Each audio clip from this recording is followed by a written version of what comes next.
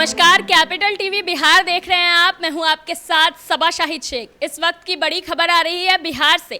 RJD के मंत्री सुरेंद्र यादव ने अभद्र टिप्पणी की है। उन्होंने अग्निवीरों पर अपशब्द बोला है। इस खबर पर ज़्यादा अपडेट के लिए हमारे साथ न्यूज़ रूम में मौजूद हैं कैपिटल टीवी के एग्जीक्यूटिव एडिटर राजीव जी। सर, क्या कुछ बड़ी अपडेट है इस खबर पर? देखिए, सुरेंद्र यादव एक गुंडा है। उसे मंत्री लालू यादव ने बना दिया है।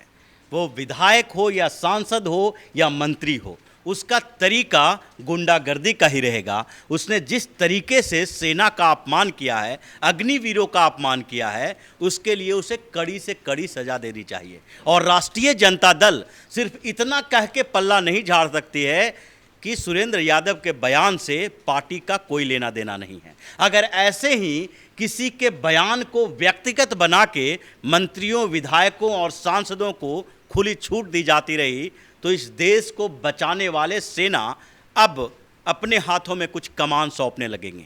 जो स्थिति है सुरेंद्र यादव की, जिसने बोला है कि अग्निवीर जब शॉर्ट टर्म सर्विस के बाद बाहर निकलेंगे तो क्या होगा, उनके साथ क्या किया जा सकता है। जिस तरीके का शब्दों का इस्तेमाल किया गया है, वो शब्द यहाँ कैमरे के सामने नहीं कही जा सकती है, क्योंकि इन लोगों के जुबान पर ताला नहीं है। लेकिन लोगों को उनका सम्मान करना चाहिए जो हमारी देश की सुरक्षा कर रहे हैं। तो इसलिए ऐसे शब्दों का इस्तेमाल यहाँ नहीं किया जा सकता। लेकिन जो शब्द उसने बोले हैं वो शब्द उसी के ऊपर लागू होता है, क्योंकि जिस तरीके से दहशत का माहौल सुरेंद्र यादव ने पहले पैदा किया था और जिसको गया के व्यापारियों ने मार मार के, जूते मार के भगाया था, वो आज सेना के ऊपर टिप्पणी कर रहा है। ये अनपढ़ गंवार लोग हैं जिसको पता ही नहीं है कि अग्निवीर है क्या।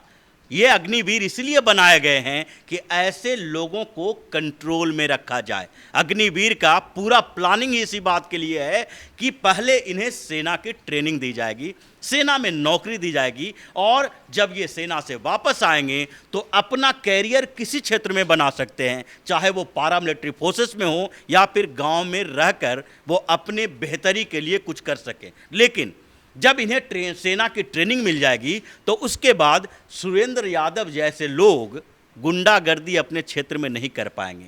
ये उनके लिए आवाज़ उठाने वाले एक यूथ ब्रिगेड होगा जो ऐसे लोगों पर लगाम कस सकता है। सुरेंद्र यादव का इतिहास देख लीजिए। वो विधायक बना, विधायक बनने के बाद उसने क्या की, गया में गुंडागर्दी का साम्राज्य स्थापित किया। अभी नीतीश कुमार के साथ सरकार में शामिल है आरजेडी। लेकिन आरजेडी के जो लोग हैं वो नीतीश के कंट्रोल में आने वाले नहीं हैं। हर दिन कुछ नया नया बयान दिया जाता है और सुरेंद्र यादव वैसे ही लोगों में से हैं। सुरेंद्र यादव का इतिहास बिल्कुल गुंडागर्दी का ही रहा है। इसने गया में तांडव मचा रखा था। जब नीतीश कुमार और भारतीय जनता पार्टी की सरकार बनी तो उसके बाद इन लोगों पर लगाम कसा जाना शुरू हो गया। स्थिति ऐसी हो गई कि सुरेंद्र यादव ने जो अपना घर बनाया है वो भी अवैध कब्जा करके बनाया था। कुछ जगहों से इन लोगों को भगाया गया और कुछ चीज़ें अभी भी बची हुई रही, क्योंकि लालू यादव का संरक्षण इन लोगों को मिला हुआ है। और अब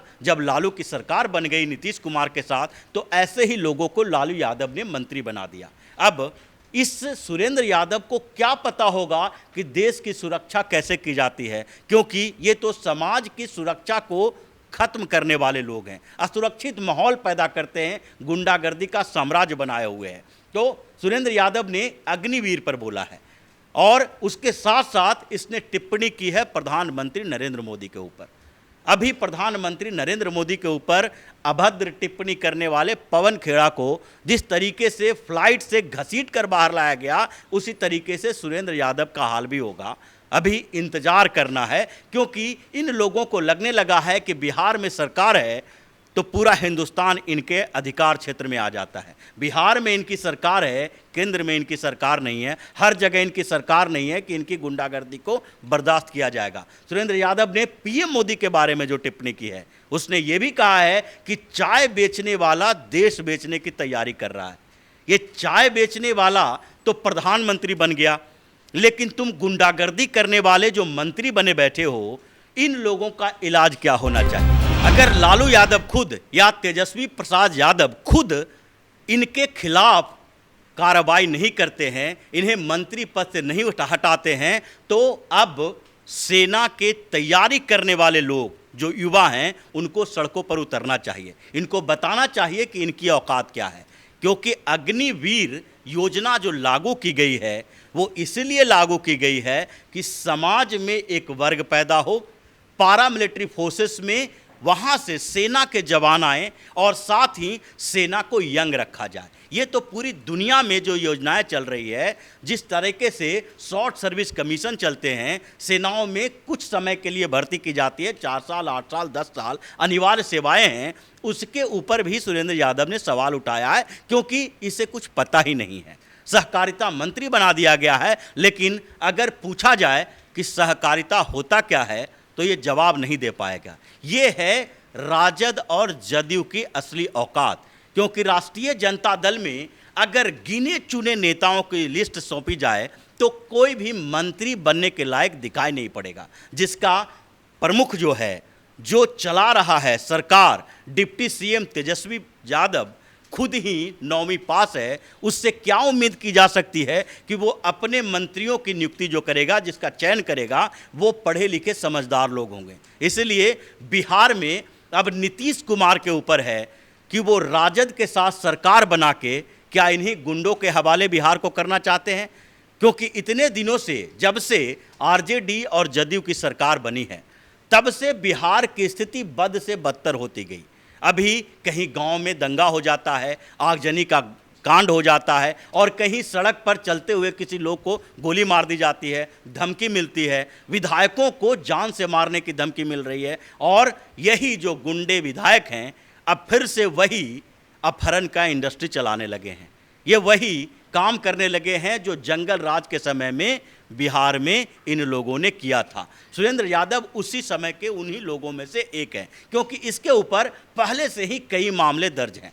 सुरेंद्र यादव जब गया में उस समय में टेम्पू स्टैंड से वसूली करता था, उस समय भी राजद की ही सरकार थी। तो ये लालू यादव के बनाए हुए लोग हैं, जो लालू यादव की तरह ही भाषा का इस्तेमाल करेंगे, तेजस्वी की तरह ही भाषा का इस्तेमाल करेंगे। और अब इसने हद तो तब कर दी जब सेना के बारे में ऐसी बातें कही। सेना के बारे में ये टिप्पणी करना इसको इतना भारी पड़ सकता है जिसका अनुमान अभी सुरेंद्र यादव नहीं लगा पाया है। अब बिहार की स्थिति बहुत ही बदतर है। जो बिहार में चल रहा है उसमें या तो सरकार को बर्खास्त कर देना चाहिए, या नीतीश कुमार खुद ही इस्तीफा दे दें और राजद का साथ छोड़ दें। अगर ये दोनों में से कुछ नहीं हुआ तो बिहार के लोग सड़कों पर आकर इन लोगों को भगाएंगे और बताएंगे कि तुम्हारी औकात अब विधायक बनने के लिए, सांसद बनने के लिए या मंत्री बनने की नहीं है। और सुरेंद्र यादव जो टिप्पणी कर रहा है सेना के ऊपर, जो टिप्पणी कर रहा है कि गुजरात में सेना में जाने वाले लोगों की संख्या कम है, इसलिए प्रधानमंत्री नरेंद्र मोदी ने ऐसी स्कीम बनाई है जिससे सेना को कमज़ोर किया जाए।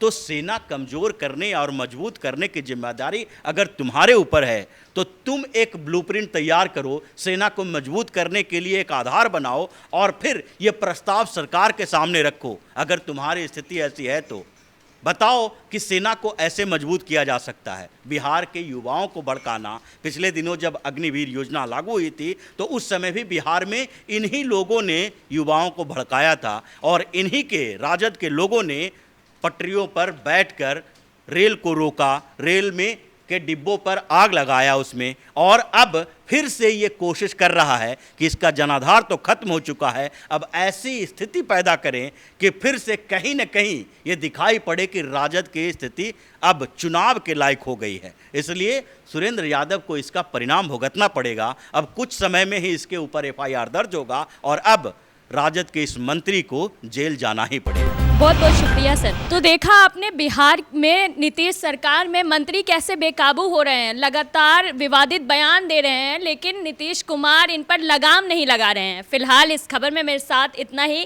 कैमरामैन राजकुमार के साथ सबा शाहिद शेख, कैपिटल TV।